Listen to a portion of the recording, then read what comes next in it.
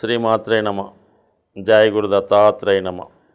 ఈ వీడియోలో మనం మీనరాశి వారికి నవంబర్ 16 నుంచి డిసెంబర్ 15 మధ్యలో ఏర్పడిన బుధాదిత్య యోగ ప్రభావం ఈ రాశి వారికి ఏ విధంగా ఉంటుంది అని పరిశీలించినప్పుడు మరి ఈ బుధాదిత్య యోగం మీనరాశి వారికి 9వ స్థానంలో ఏర్పడడం జరిగింది. సో ఈ 9వ స్థానం అన్నది ఒక విధంగా ఉన్నత విద్యకి, విదేశ ప్రయత్నాలకి, పుణ్యక్షేత్రాలు దర్శించడానికి, జాతకుడు ఈ జన్మలో తను చేస్తున్నటువంటి కర్మల ద్వారా ఎటువంటి అదృష్టాన్ని సంపాదిస్తాడు అన్న విషయం 9వ స్థానం బట్టి చెప్పడం జరుగుతూ ఉంటుంది. ఏదైనా ఈ జాతక చక్రం, జన్మజాతక చక్రం ప్రకారం మీనరాశి వారే కాదు, ఎవరైనా ఒక సమయంలో జన్మించినప్పుడు ఆ రాశి చక్రం ఒకటి ఏర్పడుతుంది.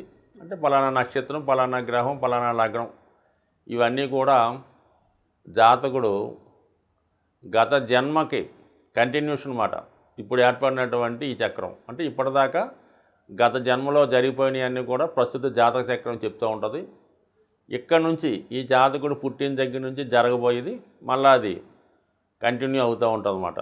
సో అది నమ్మినా నమ్మకపోయినా ఈ జాతకం పంచమ స్థానంలో ఉన్నటువంటి స్థితిని బట్టి జాతకుడు గత జన్మలో ఎటువంటి పుణ్యాన్ని సంపాదించాడు, అతని పుణ్యం ఎంతవరకు ఉన్నది, దాన్ని బట్టే జాతకుడి యొక్క కర్మలు, సంతోషం, సంతానం, భార్య ఇవన్నీ పూర్వపుణ్యాన్ని బట్టి ఆధారపడి ఉంటాయి.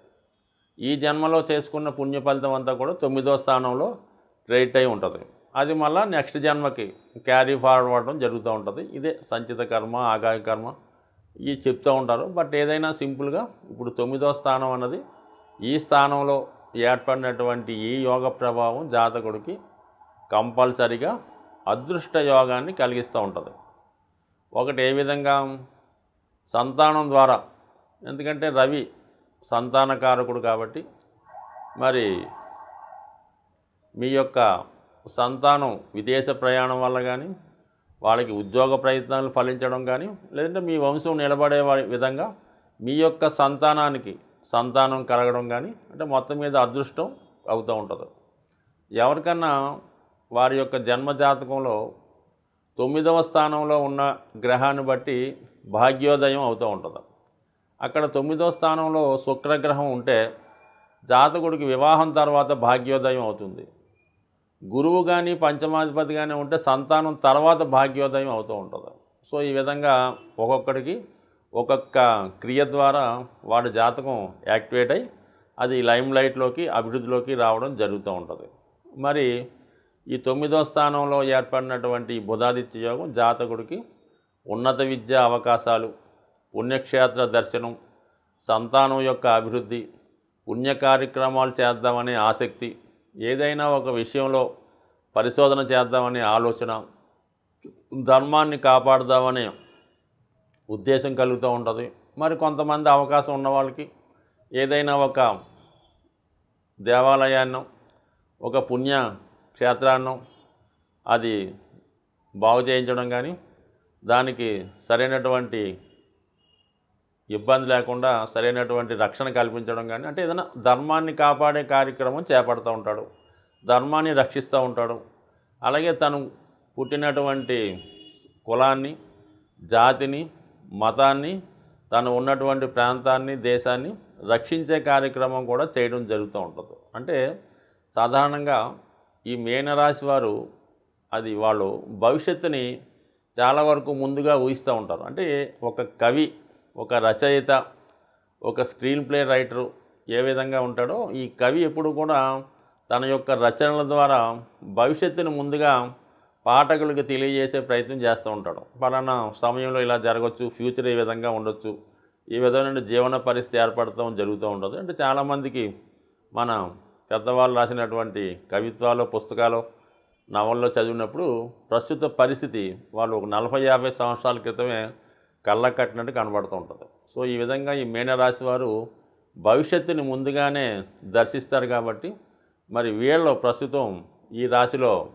జన్మించిన వారు ఈ యోగ ప్రభావం వల్ల కనీసం భావితరాల వారికి మన యొక్క సంస్కృతి, మన యొక్క సాంప్రదాయాలు తెలిసే విధంగా ఏదో ఒక కళారూపాన్నో, ఒక పుస్తకాన్నో, ఒక యూట్యూబ్ వీడియోనో ఏదో ఒకటి పెట్టి మన సాంప్రదాయాన్ని కాపాడే ప్రయత్నం చేస్తూ ఉంటారు. సో ఏదైనా ఈ గ్రహస్థితి ఈ జాతకుడికి మరి ఒక మంచి సాంప్రదాయాన్ని, మంచి ఆలోచనని కలిగిస్తూ ఉంటుంది. మరి ఎవరైనా పిహెచ్డి లాంటి డిగ్రీలు చేస్తూ ఉంటే అది ఈ సమయంలో పూర్తయి ప్రభుత్వ గుర్తింపు రావడం జరుగుతుంది. లేదు వాళ్ళు ఏదైనా వాళ్ళ పిల్లల యొక్క అభివృద్ధి కొరకు ఏదైనా ఒక శుభకార్యమో, పెళ్ళో, ఈ ఒడుగో, బర్త్డే ఫంక్షనో అటువంటివి కూడా చేయొచ్చు. సో అలాగేంటంటే ఇప్పుడు ఈ కార్యక్రమాలు ఎలా ఉంటుందంటే ఈ మీనరాశి వారు వాళ్ళకి ఏదైనా పుట్టినరోజు వచ్చింది, లేదంటే వాళ్ళకి ఏదైనా వివాహ వేడుక, మ్యారేజ్ డే వచ్చిందనుకుందాం, వాళ్ళు కామన్గా వాళ్ళే సెలబ్రేట్ చేసుకోకుండా ఏదైనా ఒక అనాథ శరణాలయంలోనూ, ఒక ఓల్డ్ ఏజ్ హోమో దర్శించి అక్కడ ఉన్నటువంటి వాళ్ళకి ఏదైనా గెట్ టుగెదర్ లాగో, భోజనాలో, ఫ్రూట్సో ఏదో గిఫ్ట్లో ఇచ్చి వాళ్ళతో సంతోషాన్ని పంచుకునే ప్రయత్నం చేస్తూ ఉంటారు ఈ మీనరాశి వారు. సో ఏదన్నా వీళ్ళు ఒక కొత్త సాంప్రదాయానికి, ఒక కొత్త ఆలోచనకి, ఒక కొత్త నడవడికి కారణమవుతుంటారు ఈ రాశివారు. మరి ఈ యోగ ప్రభావం వల్ల వీళ్ళు ఒక కొత్త సంఘ సంస్కర్తలుగా మరి ప్రస్తుతం ఉన్నటువంటి సమాజాన్ని మార్చే విధంగా ముందుకెళ్ళే ప్రయత్న దిశగా ఈ యొక్క బుధాదిత్య యోగం ఏర్పడింది.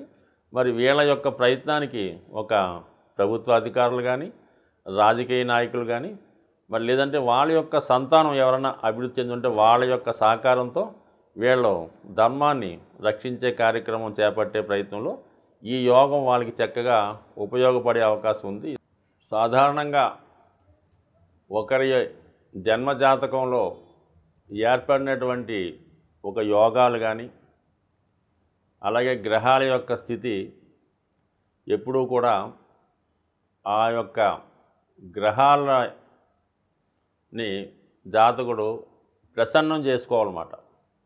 అంటే మనకి పూర్వకాలంలో ఈ జానపద సినిమాలు చూసేటప్పుడు ఈ మాంత్రికులు అవ్వచ్చు, వేరే వాళ్ళు అవ్వచ్చు, ఏదో ఒక దేవతని ప్రసన్నం చేసుకొని దాంతో కొన్ని శక్తులను వాళ్ళు పొందడం అన్నది మనకి జానపద సినిమాల్లో కనబడుతూ ఉంటుంది. దానికి చాలా వరకు రాజులు కూడా చాలా కాలం తపస్సు చేసి ఒక పవర్, అంటే అది శివుణ్ణో విష్ణుమూర్తినో పూజించి ఆ శక్తి పొందేవారు.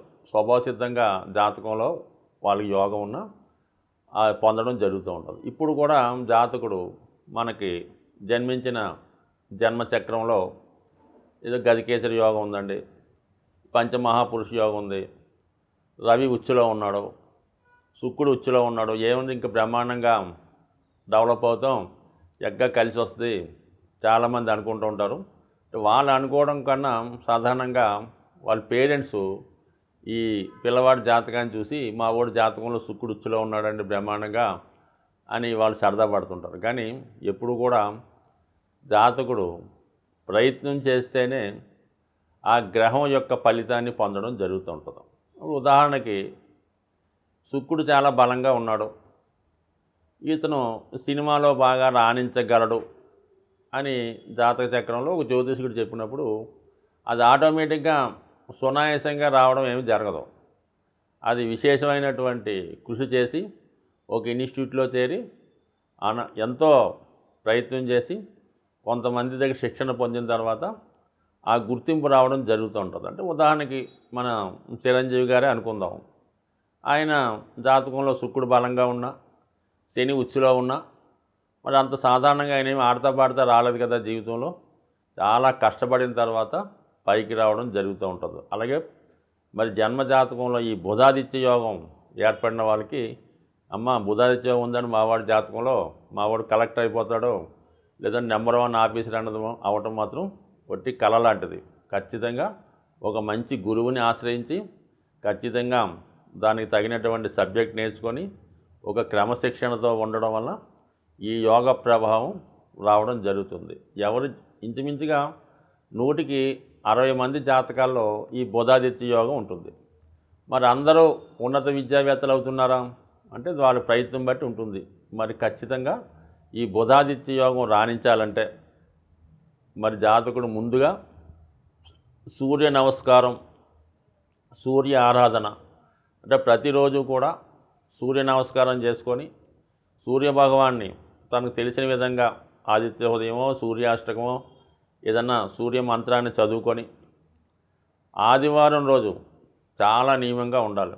అంటే కామన్గా అది ఎన్వి, మద్యం, మందు ఏదో కొన్ని ఉంటాయి కదా, వీటికి దూరంగా ఉండడం అన్నది ఈ యోగం రాణించాలంటే అది రాజకీయ నాయకులకైనా ప్రభుత్వ ఉద్యోగులకైనా సాధారణ వాడికైనా ఈ ఆదివారం నియమం వల్ల అపారమైనటువంటి శక్తి రవిబలం కలుగుతూ ఉంటుంది. ఇక బుధుడు మారించాలంటే విష్ణుమూర్తి ఆరాధన, వెంకటేశ్వర స్వామి, విష్ణుమూర్తి, విష్ణు సహస్రనామ పారాయణ ఇవి చేసుకోవడం వల్ల బుధుడు బలవంతుడు అవుతాడు.